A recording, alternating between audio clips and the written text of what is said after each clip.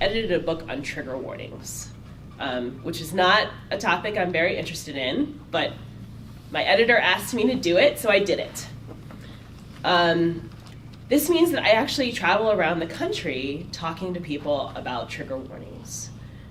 And this is important because what I have found when I go and talk to people is that I have people who say things to me like, well, people say that I shouldn't use a trigger warning. What about if I use a content warning? And then in the same room, I will have someone say, I've never heard of a trigger warning before. What is that? What I really think about a lot is that language is embedded. It is contextual. And that is really what I'll be talking about today. One of the major issues that we have when we think about freedom of expression is that we conflate law and justice.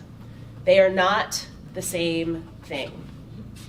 The things that we want to be legal because they are just is not always the same. And so I'm going to talk a little bit about how that plays out in these issues. So this is a thing I've been working on. How do we understand the right to communication? So this is from Kay Mathieson, and she sets it up as being part of the right to communication. Now, these are sort of arbitrary. I'll tell you that at the moment. So I have people discuss this. I have my classes discuss this. You know, there's the right of communication, and then we have freedom of expression and access to information, and then under freedom of expression, there's free speech, and under access to information, there's intellectual freedom and intellectual property. I've actually flipped intellectual property and intellectual freedom and put a line from freedom of expression to intellectual property sometimes. But what I want you to see is that these are all actually different things, though they are related. And this is sort of what I'm hoping to get out in this chapter that's due in August of 2020, so I have a lot of time to think about it. How are these things related? So my actual interest is in intellectual freedom, though I can talk your ear off about intellectual property all day. But today we're going to talk really much more about free speech. This is another way of thinking about it. So what I want you to notice here is that these are all issues involved in intellectual freedom and censorship.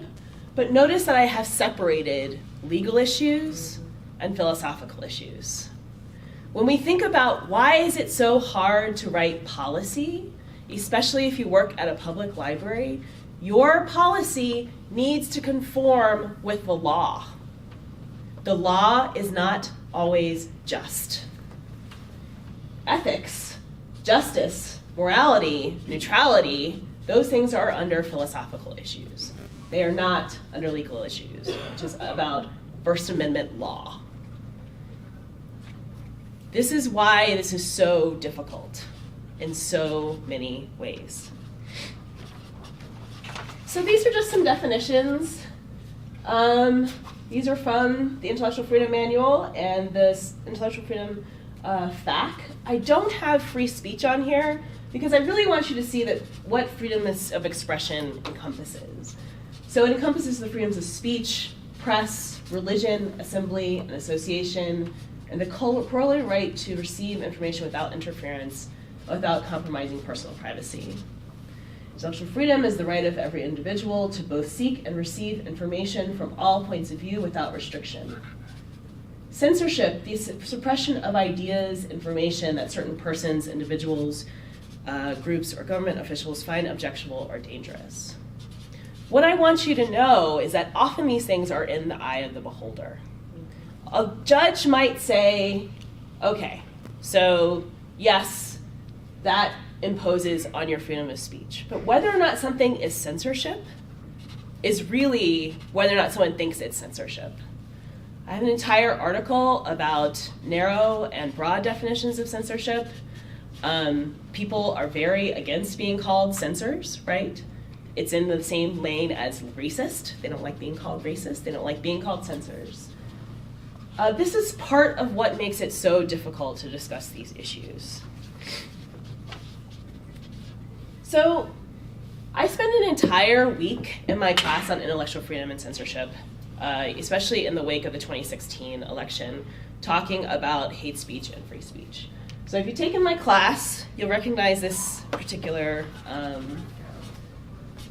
slide. So what do we mean when we say hate speech? What we really mean is speech that maligns or attacks an entire group of people for their immutable characteristics. Now, you'll notice that these are actually older citations because this has been a long discussion in this country for quite a bit of time. So what I want you to see is that speech, what Stanley Fish says is that speech implies certain values and is always situated. The reason why it's so difficult to write policies is that the First Amendment sees a distinction between speech and action. In this particular room, I'm going to guess that many of us see speech and action as being conflated. That speech is something that can cause harm. This is not part of our legal milieu. Our First Amendment does not see speech necessarily as something that can cause harm. What it often looks for is action. Now, there are fighting words, and there are drives to say that hate speech should be seen as being a fighting word or incitement to violence. But what I can tell you is that most of the people in our judiciary will not agree with you on that. This is a drive that people have been working on for about 25 years, but still settled law says that there is a distinction between speech and action. And courts classify speech, but they don't necessarily protect it. And that, to remember that speech is politics. So Kennedy's article is very interesting because it's actually an article about the N-word. And what he's talking about is what matters when someone says the N-word is who they are and who they are speaking to. So most of you in this room should never, ever, ever use the N-word. But that's not necessarily true of people in my community. That really shows you about the situatedness of speech. So when someone writes Stacy and says, God bless you, in the chat, no judge is going to say that that's necessarily bullying, right? It is really about what is the context for it. Even how you feel about it is the context for it. And that is why it makes it so difficult to write all of these policies. So one thing I've been thinking about a lot is whether or not speech is knowledge. I'm really interested in knowledge and how knowledge circulates. But I'm mostly interested in it in a form of the written word, not necessarily the spoken word. Of course, this gets very confused when you get to things like texting, right? Is texting speech the way we think about like talking? Or is texting written knowledge? I don't know what to do with that. This is the sort of question I would ask my undergrad students for them to think about when they think about how to write a policy. Like, what does it mean when someone is texting something to someone else? Do we consider that to be like talking to someone or like writing them a letter? We don't really know yet. So this is just part of what I'm thinking about for this chapter. But I think that what really crystallizes what's important for thinking about things like harassment and bullying is that, in fact, freedom of speech is not a progressive value. And this is something I've been thinking about for a very long time. Our own understanding of our judicial system is based in classically liberal values, not in progressive values. And freedom of speech is not a progressive value. Freedom of speech does not care where you are situated within any sort of societal context. It is equal to everybody. Progressive values, on the other hand, are concerned with where you are situated. But our legal framework is based in liberal values and not progressive values. It used to be that people were very confused about what I meant when I said this, but I have to say after the 2016 real election, people are no longer confused when I talk about this, which is kind of exciting. So our own understanding of freedom of speech, freedom of expression more broadly, is based on this guy. This is John Stuart Mill. And he really talks about 4 grounds for freedom of expression. So he states in On Liberty, which I have all of my students read in my course, that silenced opinions may be true, that silenced opinion may contain some grain of truth, even if it is held in error, that truth must be contested or to simply prejudice opinion, and that the meaning of truth must be held with conviction from reason and personal experience. Now, he has 2 principles that people often use to discuss how, instead of being liberal and utilitarian, perhaps he is actually can be used to support progressive values. So he has 2 principles. One is the harm to others principle. And the other idea, one is called, basically says that people shouldn't be subject to social coercion. It's the harm to others principle that is really caught up in a lot of the philosophical debate today about what do we mean by harm when it comes to speech. So one thing you should realize, though, is that this isn't really about relationships. It's really not about the situatedness of speech. It's not about how do I interact with you as a person. That, on the other hand, is social justice. So a lot of this is based on Rawls. I don't have my students read Rawls, but I do post it in the hopes that they will actually pick it up. So this is the idea that equality of assignments of rights, that there should be equality of assignment of rights and duties, and that inequalities must be compensated. Rawls is particularly concerned with justice as fairness. That's the proper balance between completing claims. Benefits. But one of the most important things about social justice is that it begins by acknowledging that there is a problem in the first place. What I think is important is to know that these are quite different. So I know all of you have seen what's behind here, but I want to really emphasize that social justice is not just about the distribution of goods, which is what often people think about it, but the relationships that people have between one another. What do people need to function as equal citizens? But remember that this is not what our legal system is based on. And in fact, this is why it is so difficult to write those policies, because often our policies are based in legal frameworks, because they can be used in the court of law if you get sued. So if you are found that your legal policy does not conform to what justice says, the legal system says at the moment, you can be sued by whoever felt that you were in the wrong.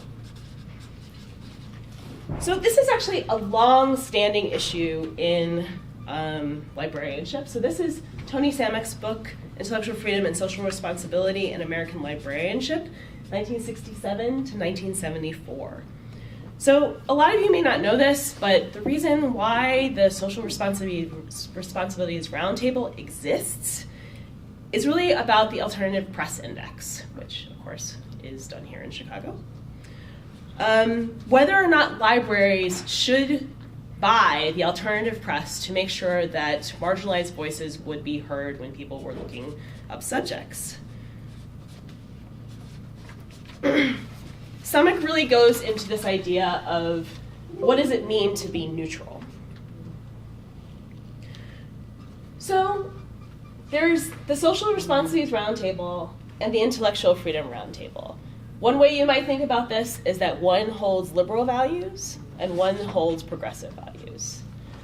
So what Samek argues is that the SRRT could be quite powerful within ALA, but in fact was smothered by overlapping roundtables. I really commend her book to you if you want to know all about the history of how these two roundtables interact or don't interact with each other.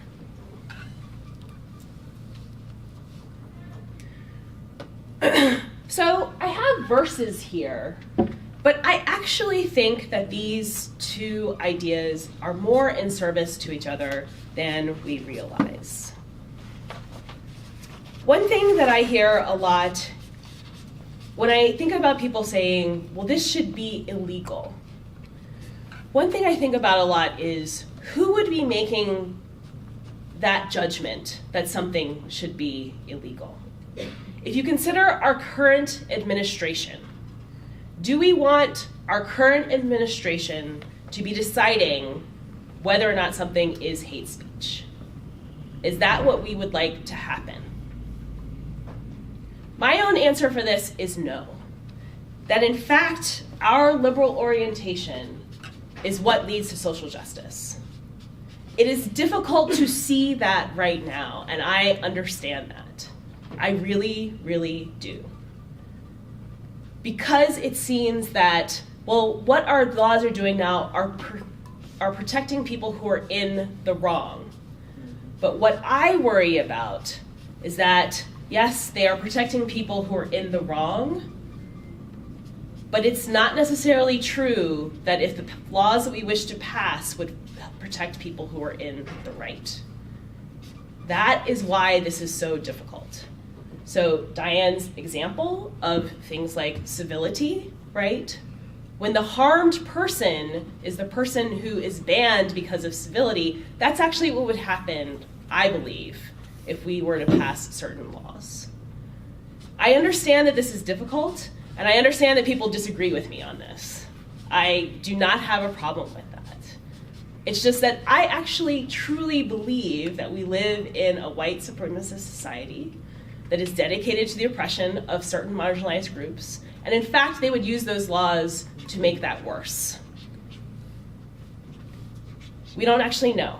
I mean, I feel that this is a difficult question to answer, and I guess I wish that it was different, right? I wish I knew that, yes, if we were to pass laws that say that someone could go to jail for engaging in hate speech, for example, I wish I knew that that would not be used against groups like Black Lives Matter. I don't believe it, though.